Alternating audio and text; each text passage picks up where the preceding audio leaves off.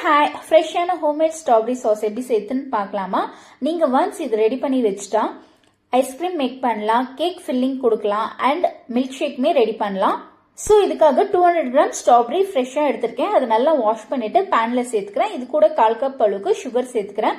நான் இதுல தண்ணி எதுவுமே சேர்க்கல, ஆனால் தண்ணி பாருங்க எவ்வளோ ரிலீஸ் ஆயிருக்கு.